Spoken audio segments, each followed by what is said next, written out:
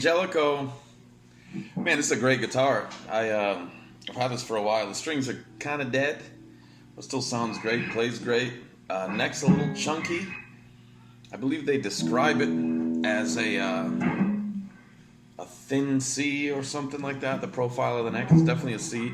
Feels kind of chunky to me. My LA6, my 335 style is got a much thinner neck. But man, this thing sounds great. It's got a Ken Armstrong pickups. Let me get this strap off here. Strap off. Nice flame on the back. It's heavy, man. It's got the look at the Grovers, right? Yeah, Grover tuners. It's heavy. It's very substantial. I mean, it sounds great. Let me put this strap back on. I can't sit down with this thing. Something about it. It's not very comfortable for me sitting down. Anyway, it's that rosewood fretboard. So I'm playing through my Seymour Duncan convertible. I got the gain about halfway up, so it's kind of got some bite.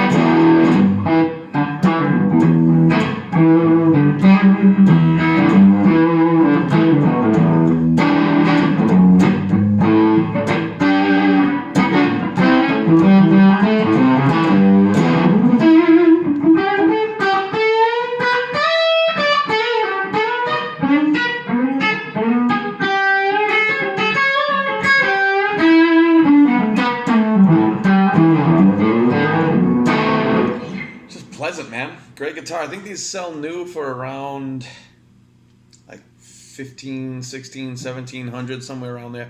I believe it's made in Korea. I think I just checked. It didn't say. Oh, it's got to say in there somewhere.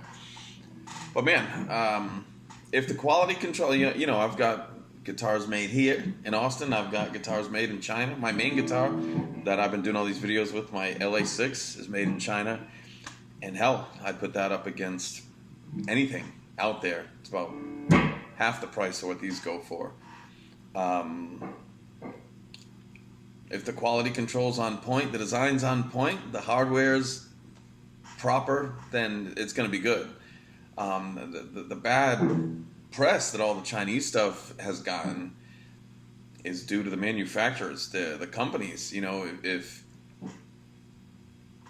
Epiphone came out with like those master builds, I think they were called, the acoustics, like some really nice stuff.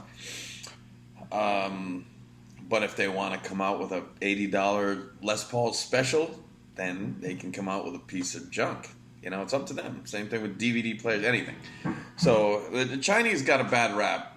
The Korea's been on point for a long time. I guess they've kind of gone. Everybody goes the same way as Japan, right?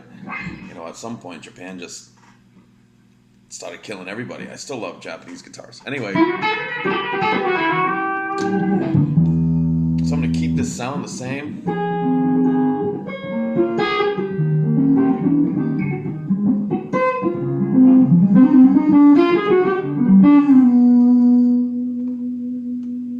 A little too much.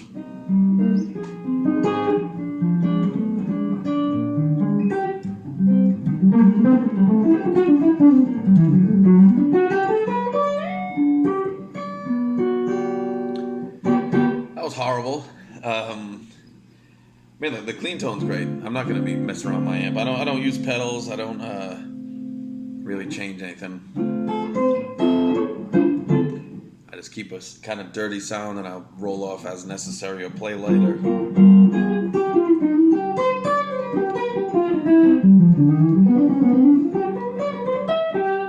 It's got a great sound. It's got Ken Armstrong pickups in it, which are great.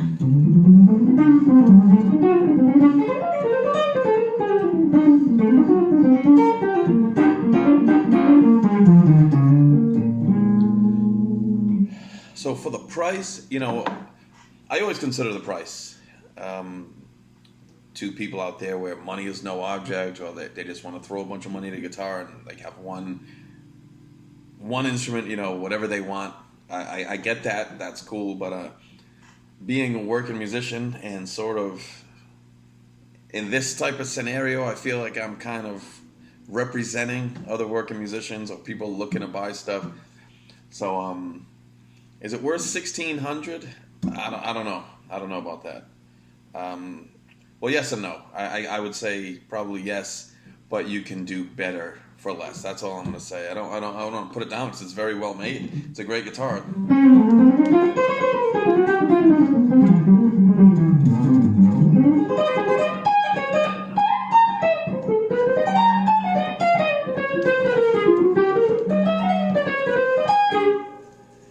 Versal sounds fucking great, distorted. I had it cranked up a little while ago. So I love these new D'Angelicos. The prices, my main acoustic now is actually a D'Angelico. It's all solid. Hell, I picked that up. A musician's friend. They were having one of those crazy special things a while back. I got that thing all solid. It's got the tuner, nice electronics. It's got brass bridge pins. It's a great guitar. I picked it up for I think $400, which is ridiculous.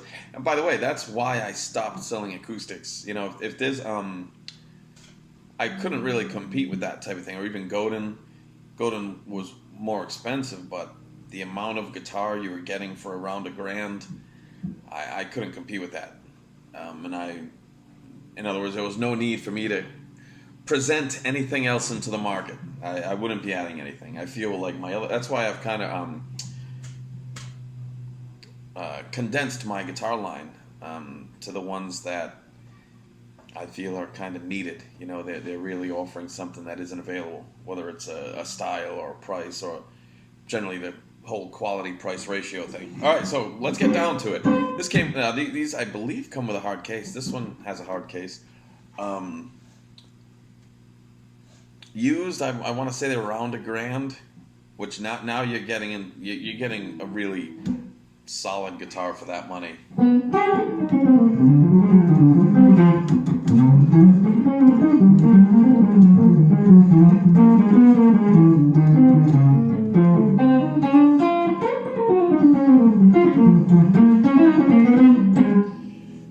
Still getting used to this thumb, but yeah, man.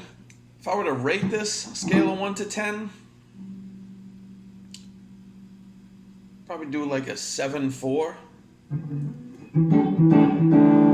I like to do 1 out of 10 because it doesn't I consider that a good rating. I don't know if there's a guitar in existence that's a 10, but if I rated it 1 to 100 and it's 74, it's like that's a C. It doesn't sound so good. Yeah, these are great, man.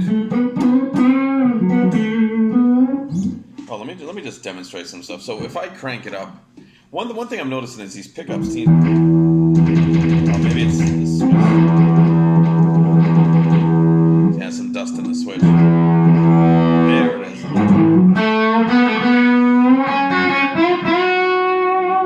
So that's the sound all the way up.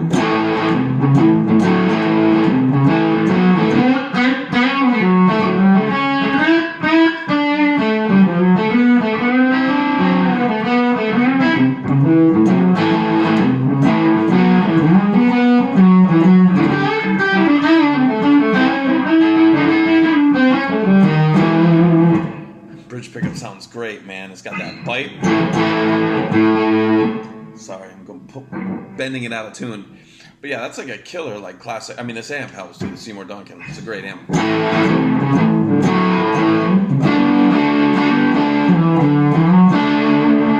But it's full. It's not thin sounding. Middle when I got everything up, got all the knobs up.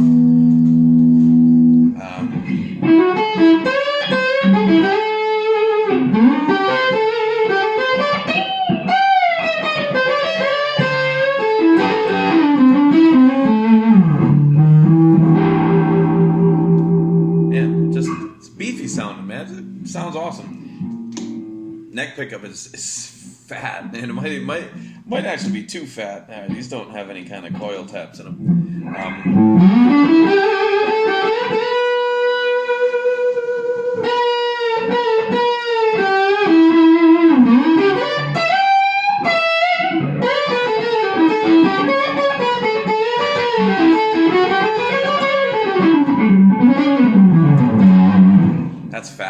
that almost reminds you of that Santana sound, which to me is a little too fuzzy sounding, but that you know.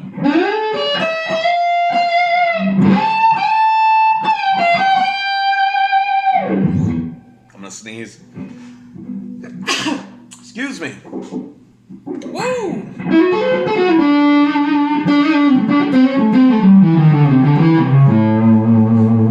Alright, so real quick, I just want to demonstrate my guitar, not to, you know, it's just totally different sounding, but, you know, you heard that with everything up. Apologies for the noise. And, yeah, so I'd give that a 7.4. Definitely, you know, if someone was buying one and asked me if they should do it, I mean, I wouldn't be against it. I wouldn't advise them against it.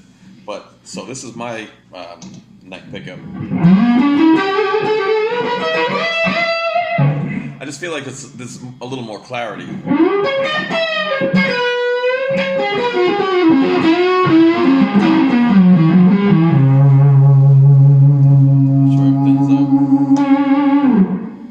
You know, these pickups are probably hotter overall, so.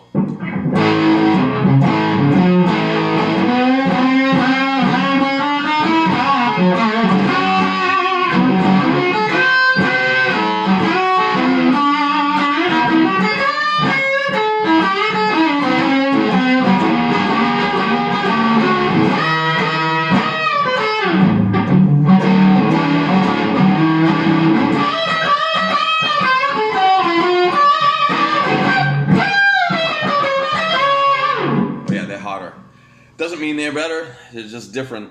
I use all kinds of different pickups. The new models I'm doing have actually lower output pickups, which sound fantastic. So, but yeah, the neck pickup on that sound just sounds a little chubby to me.